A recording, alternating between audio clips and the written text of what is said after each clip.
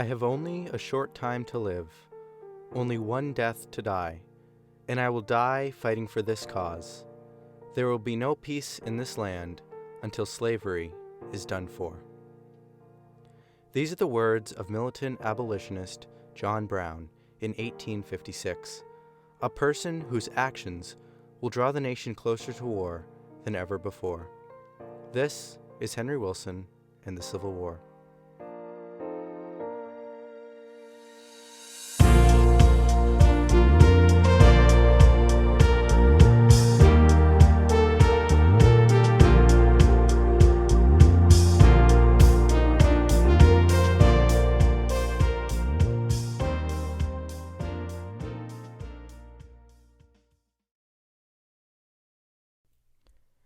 At a gathering of abolitionists in October 1857, Henry Wilson sat next to a gentleman who had been on the ground fighting in Kansas.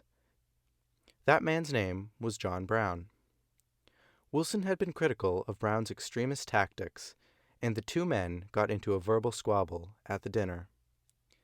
The two men departed, and Wilson went on to warn others of Brown and his fanatical hopes. We'll put a bookmark here and come back to John Brown later in the episode. In March 1858, Senator James Henry Hammond of South Carolina rose to give a speech. Hammond had replaced Andrew Butler, the cousin of Preston Brooks, the representative who attacked Charles Sumner. In a little over 6,000 words, Hammond's speech, titled "Cotton is King," made a firm defense of slavery, attacked Northern workers, charging that their purpose was to primarily serve the South, and argued that there would always be a lowest rung of laboring men in a society, and that the poor men of the North served the same cultural purpose as enslaved people did in the South. Henry Wilson, listening in the chamber, was outraged, taking the attack on Northern laborers personally, and being reminded of his days being a part of that lowest class of men. Wilson was so upset, he shouted at Hammond towards the end of the speech. As soon as the South Carolina senator finished, Wilson got to work, writing a rebuttal. With his own re-election coming up, Wilson needed to show Massachusetts and the nation his passion and power. On March 20th, just 17 days after the Cotton is King speech, Wilson delivered his own speech, Our Working Men Slaves. Wilson defended the North through making comparisons to the South. Wilson touted the strength of the Northern economy and attacked the South's poverty. He compared the high wages of working men and women in the North to the South's minimal wages for the lower-class white workers and the complete lack of wages for millions of blacks. He celebrated the push for universal education in the North and brought shame to the laws restricting education in the South, especially the laws making it illegal to educate enslaved people. Wilson said, quote, "Go home. Say to your privileged class, which you vauntingly say leads progress, civilization, and refinement, that in the opinion of the hireling laborers of Massachusetts, if you have no sympathy for your African bondmen, in whose veins flow so much of your own blood, you should at least sympathize with the millions of your own race, whose labor you have dishonored and degraded by slavery." End quote. In the speech, Wilson also argued against the admittance of Kansas under the pro-slavery Lecompton Constitution. Our Working Men Slaves was met with great applause from Northern men and emphasized to the laboring men of the nation Wilson's alignment with them and making it seem his fate in the Senate was secure. It was around this time that Wilson wrote to the chairman of the Massachusetts Republican Party asking for the appointment of Erasmus Moore, a friend from Wilson's early days in Natick, a sign Wilson never forgot his early roots. Wilson wrote, quote, "He was a minister in Natick when I went there 24 years ago and in a position of influence and power. I made his acquaintance, and he was to me a friend at a time when I had neither friends or power, in the town or state. His kindness to me was of great value, and I am not the man to forget an act of kindness." End quote. While Wilson's chances of being reelected were good, other senators weren't so fortunate. In the later half of 1858, Illinois and the nation was wrapped up in the debates between Senator Stephen Douglas and Abraham Lincoln. The series of debates, known as the Lincoln-Douglas debates, were published in papers across the nation and centered around the questions of slavery. Just before the 7 debates across the state, Lincoln gave one of his most iconic speeches at his nomination, his House Divided speech. Quote, "A house divided against itself cannot stand. I believe this government cannot endure permanently half slave and half free. I do not expect the Union to be dissolved. I do not expect the house to fall. But I do expect it will cease to be divided. It will become all one thing or all the other. Either the opponents of slavery will arrest the further spread of it and place it where the public mind shall rest in the belief that it is in course of ultimate extinction, or its advocates will push it forward till it should become alike lawful in all the states, old as well as new, north as well as south. Have we no tendency to the latter condition?" End quote. While the debates were mostly about slavery, they weren't arguing over whether it was good or bad. Both men were in part opposed to slavery. And as noted in the last episode, around this time, Wilson wanted to coerce Douglas into a coalition because of his opposition to slavery in regards to the Lecompton Constitution. The debates were more about what role slavery should have in the nation and the future of race in America. At the time, though free, Illinois was a deeply racist state, easily swayed by racial fears. Douglas used this to his advantage and launched racial attacks towards Lincoln in an attempt to stoke fears over Lincoln's more liberal views of African Americans. Lincoln was coerced into thoroughly explaining his views regarding racial equality. Here's a quote from Lincoln explaining his abhorrent views of racial equality. Quote, "I will say then that I am not, nor ever have been, in favor of bringing about in any way the social and political equality of the white and black races. That I am not, nor have ever been, in favor of making voters or jurors of Negroes, nor of qualifying them to hold office, nor to intermarry with white people. And I will say, in addition to this, that there is a physical difference between the white and black races, which I believe will forever forbid the two races living together on terms of social and political equality. And inasmuch as they cannot live, while they do remain together, there must be the position of superior and inferior, and I, as much as any other man, am in favor of having the superior position assigned to the white race. I say upon this occasion, I do not perceive that because the white man is to have the superior position, the Negro should be denied everything. I do not understand that because I do not want a Negro woman for a slave, I must necessarily want her for a wife." End quote. Lincoln's purported position here is one that historians still debate today in regards to whether these were his true feelings or whether or not these were said to appeal to the people of Illinois. Either way, these views of white supremacy were not at all uncommon. While Northerners generally opposed slavery, they also opposed black people. At every corner of their existence in America, people with black skin were treated with racism and violence. The views of race at this time must be analyzed through the lenses of the day. It's most likely that Lincoln and other anti-slavery politicians strategically played down their hopes for racial equality, as in the years during and following the war, many of the same figures who expressed statements like Lincoln's, including Lincoln himself, expressed contrary views, attempting to expand and promote racial equality. When examining Wilson's views of racial equality, it's clear that regardless of how he might have viewed the position of black Americans in the racial hierarchy, he always advocated for equal rights under the law. In Wilson's early years in the Natick Debating Club, just one of the men, not Wilson, believed in total racial equality. By the time he was in the Senate, his views had progressed towards racial equality, a sign his views were genuinely evolved, as it would have been more politically expedient to deny racial equality at this time. In a speech in 1860, Wilson said that he believed in the inferiority of other races, but believed that no one should be treated differently, saying, quote, "I believe in the equality of all men of every race, blood, and kindred." End quote. In Wilson's later years, his beliefs in equality would expand to women as well. Wilson also wrote around this time that he intended to stand up for the treatment of the Native Americans in the West. Even before the war, when most in the North were brutally racist, Wilson was concerned about the treatment of black people in Massachusetts. In a letter, Wilson wrote, quote, "There is prejudice and there is unjust prejudice.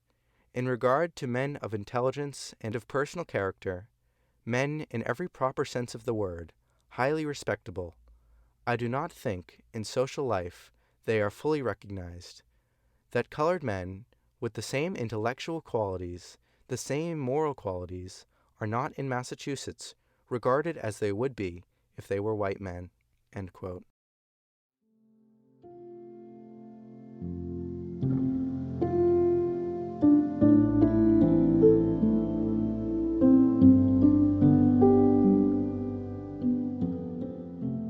In the election of 1858, Wilson was re-elected to the Senate without opposition. In the race in Illinois, Lincoln lost, with Stephen Douglas elected for another term in the Senate. The 36th Congress began in 1859, and by 1861, when it would end, many of their members would not return. When not focused on slavery, the Senate was engaged in another sectional debate, this time over the Pacific Railroad. Northerners wanted the railroad to go through the northern route, Southerners the southern, and some in Missouri advocated for a central route. Wherever the path went, great economic prosperity would follow.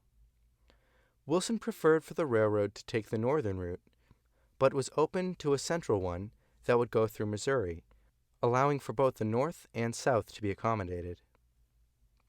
Wilson wanted to build the railroad using only government resources and pay for it through government bonds in order to limit the tax burden on the country and decrease the risk of corruption, a fear Wilson would be vindicated on. Wilson believed the South was untrustworthy in the planning of the railroad and feared that whichever path they advocated for was intended to benefit a Southern Confederacy should the Union break apart. The railroad debate prompted fears of disunion to be more openly espoused. For now, no solution was reached, and the debate over the railroad was postponed to a later day. In the preceding years, the issue of slavery remained a constant, though the events of late 1859 proved to be some of the most provoking, when John Brown brought his violence from Kansas to Harpers Ferry, Virginia. Well, Brown was born in Connecticut in 1800, removed to Ohio at a very early age. His father was a very active abolitionist, very active in the anti-slavery movement. As a young man, Brown had witnessed a young slave nearly his same age being beaten, and Brown would go on later to say that this singular event is what really galvanized him into what he called like a most determined abolitionist, and made him swear an eternal war with slavery. This is the voice of Jon-Erik Gilot. You'll also be hearing from Kevin Pawlack. Both co-wrote John Brown's Raid, Harper's Ferry, and the Coming of the Civil War, October 16th through 18th, 1859. Well, my name is Jon-Erik Gilot. I'm an archivist and an amateur historian from Wheeling, West Virginia. I'm a historian with Emerging Civil War, and I'm active in just various historical and archival groups. I'm an archivist and records manager for my day job, and then I've been working with Kevin for several years now on this book that will hopefully see the light of day in 2022. So I'm Kevin Pawlack. I'm also with the Emerging Civil War. That's how I met Jon-Erik, and it's been a great pleasure working with him on the story of John Brown's Raid. I came to John Brown's raid working as a seasonal park ranger at Harpers Ferry National Historical Park for a couple of summers from 2012 to 2014. And now I work as a historic site manager for Prince William County's Office of Historic Preservation, managing 2 historic sites in Manassas, and then work as a battlefield guide to the Antietam National Battlefield as well. Both will help tell the story of John Brown and the violence at Harpers Ferry. You really start to see Brown become a little bit more militant with the passage of the Fugitive Slave Act in 1850, and again with the passage of the Kansas-Nebraska Act in 1854. Several Brown sons moved to Kansas in 1855, told Brown of all the troubles they were having out there with the pro-slavery men. So Brown himself moved out there in October 1855. This is where Brown, gets on the radar of a lot of people at Pottawatomie Creek, where Brown and 6 men, including several of his sons, abducted 5 men and murdered them with broadswords. Next to Harpers Ferry, that's probably what Brown is most well known for. John Brown's raid on Harpers Ferry, for all that it lasts, is just 36 hours. There's a lot more that goes into it, and really years of thought and planning. And I think Brown always had his eyes set on something greater than what he was doing throughout the 1850s, even out in Kansas. And he talked about carrying the war into Africa was his thought of, rather than being out in Kansas and protecting free soil or fighting for free soil, of carrying the war into the slave states as he viewed it ultimately. And so Brown did a couple of things. He was, throughout the late 1850s, he was out recruiting. He met a lot of people in his travels between going from Kansas and back out east and into Canada at a time, for a time as well. And so he made a lot of companions, people that shared views similar to his. And so Brown slowly began to gather up basically people that he could call on for a larger expedition against slavery that, of course, resulted in his Harpers Ferry raid in October of 1859. Brown had much larger plans than just a small raid in the small little town of Harpers Ferry. He drafted up a provisional constitution as well for a future country where slavery would be abolished. And so Brown really had put a lot of thought and a lot of time into the grander picture of things. But maybe once we get more into it, we can talk about maybe some things where Brown might have been looking at the 20,000-foot view of his raid, but maybe not so much down into the smaller details of what he planned once he got to Harpers Ferry. And like Kevin mentioned, he put together this group of people that he could call on. These were impressionable. He had several sons, son-in-law. These were impressionable young men, much younger than I am. Brown was 59 at the time of the Harpers Ferry raid. The next oldest recruit next to him was Dangerfield Newby, about 39 years old. It's about where I'm at today. Most of these guys were in their 20s. They were impressionable. Some of them were looking for adventure. Some of them were avowed abolitionists, but to some extent, some more than others. But that's what I stress with these guys, is they were impressionable. So Brown arrives in the area July 4th, 1859, acting as a land speculator under the alias of Isaac Smith. He rents a farmhouse called the Kennedy Farm, which if anybody has not been out there, I would highly suggest going out to see it. It still stands for Brown's headquarters, as it's called today, where he planned a raid with 21 other men, a mixed force of black and white men. Some of Brown's daughters came down to help situate the force early on, and slowly, one by one, Brown was calling on these colleagues, these men, young men, as Jon-Erik mentioned in many cases, to start his raid. And the night of October 16th, after months of scouting preparation, Brown tells his men after dark that night, the night of October 16th, men, get on your arms. We will proceed to the ferry. And armed with Sharp's carbines that had been supplied to them by members of the Secret Six, a wagon full of pikes, about 1,000 pikes, Brown's men made their way into Harpers Ferry. Late that night, they very quickly fanned out throughout the town, capturing buildings in the United States Armory, which is what Harpers Ferry was known for at the time. And more importantly, part of the reason that Brown was there as well was not just the enslaved population around Harpers Ferry that he could utilize for his plan, as we talked about earlier, but the arsenals, the two arsenal buildings were housing about 100,000 firearms at that point. When Brown arrives in October of 1859. So his men very quickly seize the armory, they seize the arsenal buildings, they fan out to Hall's Rifle Works on Virginia's Island, just outside of town. And then some of Brown's men even made their way several miles west of Harpers Ferry, headed in the direction of Charlestown. They captured a few prominent civilians, including Lewis Washington, who was a relative of George Washington, captured some of Washington's relics, along with that, some of Washington's slaves, and made their way back towards Harpers Ferry. And when the sun rose the next morning, October 17th, and slowly one by one, armory workers began leaving their homes, going to work at the armory, in many cases being captured or being shot at. That's when civilians started to wake up and realize that something wasn't exactly right. And so a couple of civilians began raising the alarm pretty quickly. One of them, Dr. John Starry, who rode out west all the way towards Charlestown to try and raise the alarm, get militia units to respond. Civilians responded slowly, one by one, in small groups, and slowly those small groups became much larger groups. They gathered atop Camp Hill, just west of the lower town of Harpers Ferry.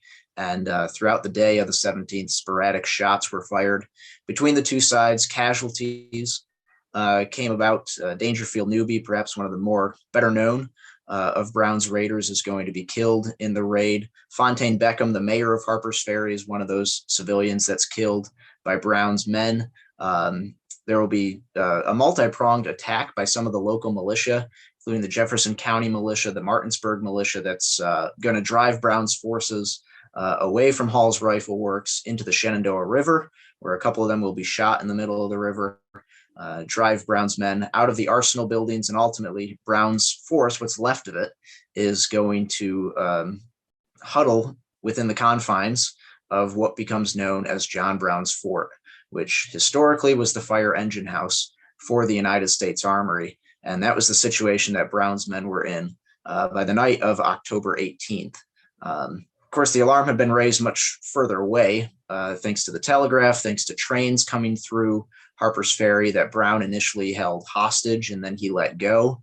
As soon as those trains reached Telegraph Station, the telegraph was ringing with news of armed insurrectionists at Harpers Ferry. There was a lot of question about how many there were and who exactly was leading these men. Word made its way back to Washington, though, late on the 17th, early on the morning of October 18th.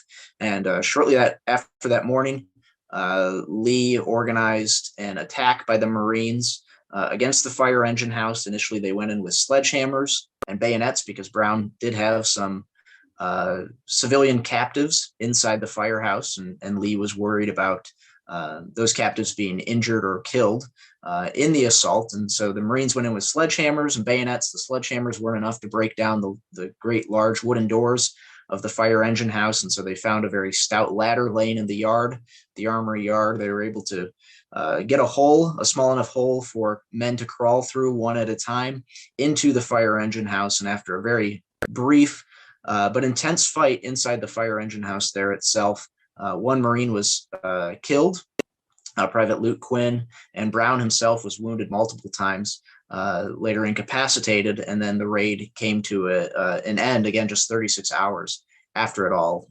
began the night of October 16th.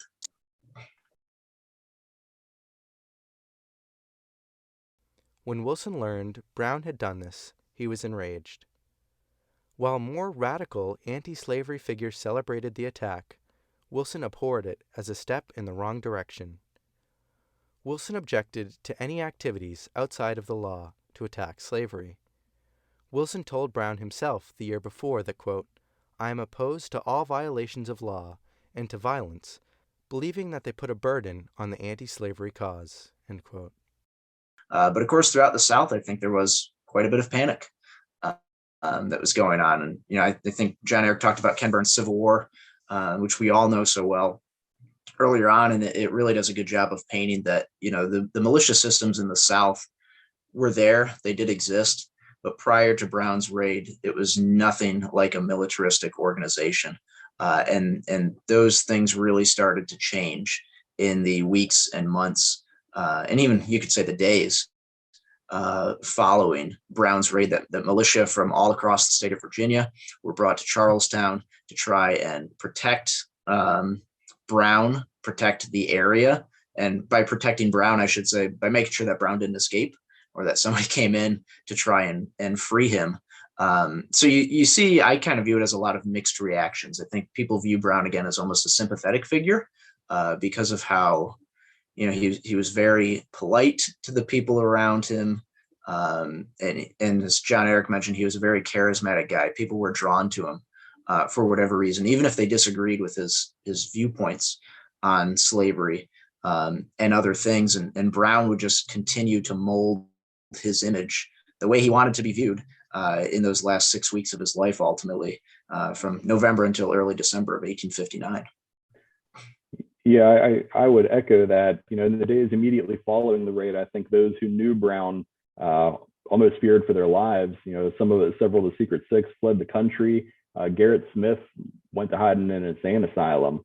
But as you get closer to Brown's execution, and especially after his execution, where you had the two camps before, that way, one camp was militaristic and the other was, we're going to do this, the legislative process or the social or through social activism.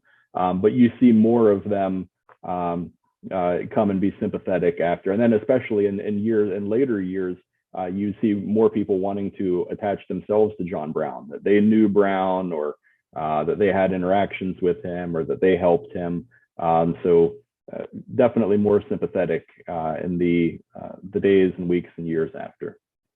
Wilson believed Brown had caused a sure Republican loss in the 1860 election, a race that would prove to be one of the most influential in history.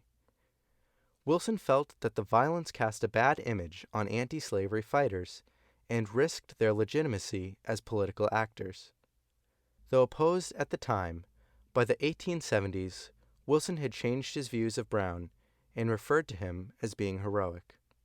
Though Wilson would be proved wrong, the raid at Harpers Ferry left a lasting mark on the nation, a scar that would continue to grow deeper into the next year.